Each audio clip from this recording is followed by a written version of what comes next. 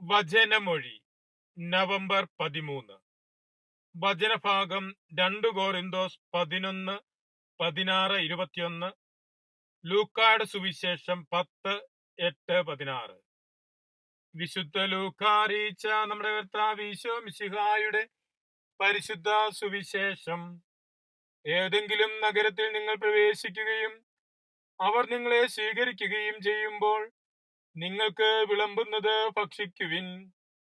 അവിടെയുള്ള രോഗികളെ സുഖപ്പെടുത്തുവിൻ.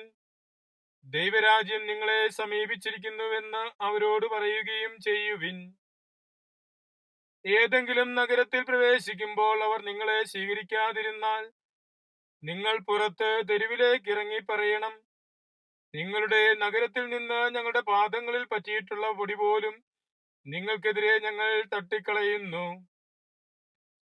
എന്നാൽ ദൈവരാജ്യം സമീപിച്ചിരിക്കുന്നെന്ന് നിങ്ങൾ അറിഞ്ഞുകൊള്ളുവിൻ. ഞാൻ നിങ്ങളോട് പറയുന്നു, ആ ദിവസം സൊദോമിന്റെ സ്ഥിതി ആ നഗരത്തിൻ്റെതിനേക്കാൾ സഹനീയമായിരിക്കും. കൊറാസീൻ, നിനക്ക് ദുരിതം! ബേത്സയിദ, നിനക്ക് ദുരിതം! നിങ്ങളിൽ നടന്ന അത്ഭുതങ്ങൾ ടയറിലും സീദോനിലും നടന്നിരുന്നെങ്കിൽ അവർ ചാക്കിലും ചാരത്തിലും ഇരുന്ന് പണ്ടേ മാനസാന്തരപ്പെടുമായിരുന്നു. എന്നാൽ ന്യായവിധിയിൽ ടയറിന്റെയും സീദോന്റെയും സ്ഥിതി നിങ്ങളുടേതിനേക്കാൾ സഹനീയമായിരിക്കും. കഫർനാമേ, നീ ആകാശത്തോളം ഉയർത്തപ്പെടുമെന്നോ? നീ പാതാളത്തോളം താഴ്ത്തപ്പെടും.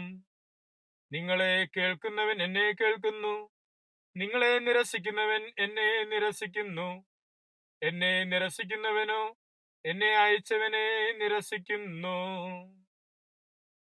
ഈശോയിൽ സ്നേഹമുള്ളവരെ, ഇന്ന് സുവിശേഷത്തിൽ നാം ശ്രവിക്കുന്നത് മിശിഹ തന്റെ ശിഷ്യന്മാരെ പ്രേക്ഷിത വേലയ്ക്ക് അയക്കുന്ന രംഗത്തിന്റെ ഭാഗമായിട്ടുള്ളതാണ്. ഈശോ എല്ലാ ദേശങ്ങളിലേക്കും ശിഷ്യന്മാരെ അയക്കുന്നു. ശിഷ്യന്മാരുടെ വചനങ്ങൾ സ്വീകരിക്കുന്നവർ മിശിഹായെ തന്നെയാണ് സ്വീകരിക്കുന്നത്.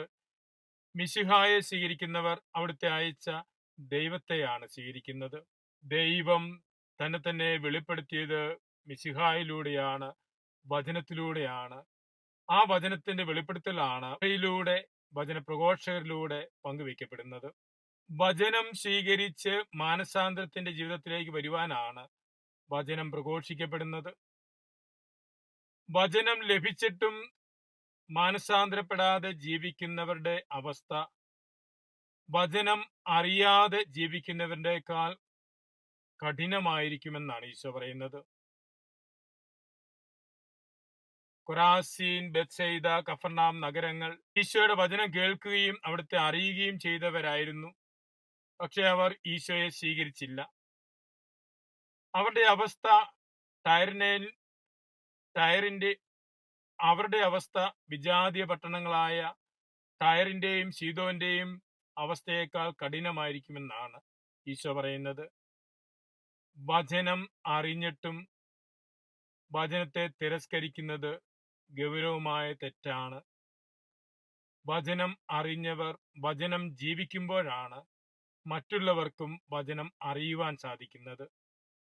ഈശോയെ അനുഭവിക്കുന്നവർ തങ്ങളുടെ മിശിഹ അനുഭവം മറ്റുള്ളവർക്ക് പങ്കുവെക്കുവാൻ കടപ്പെട്ടവരാണെന്നും, മിശിഹാനുഭവം പങ്കുവെക്കാതെ മിശിഹാനുഭവത്തിന്റെ ചൈതന്യത്തിൽ നിന്ന് മാനസാന്തരത്തിലേക്ക് വരാതെ ജീവിക്കുന്നത് ഗൗരവമായ തെറ്റാണെന്നും തിരുവചനം ഓർമ്മപ്പെടുത്തുന്നു. ദൈവകൃപയാൽ തിരുവചനം ലഭിച്ചവരായ നമുക്ക് വചനാനുസൃതമായ ജീവിതത്തിലൂടെ, വചനോന്മുഖമായ ജീവിതത്തിലൂടെ സ്വർഗരാജ്യം ലക്ഷ്യം വെച്ച് ജീവിക്കുവാൻ പരിശ്രമിക്കാം. മിശിഹ നമ്മെ അനുഗ്രഹിക്കട്ടെ. ആമേൻ.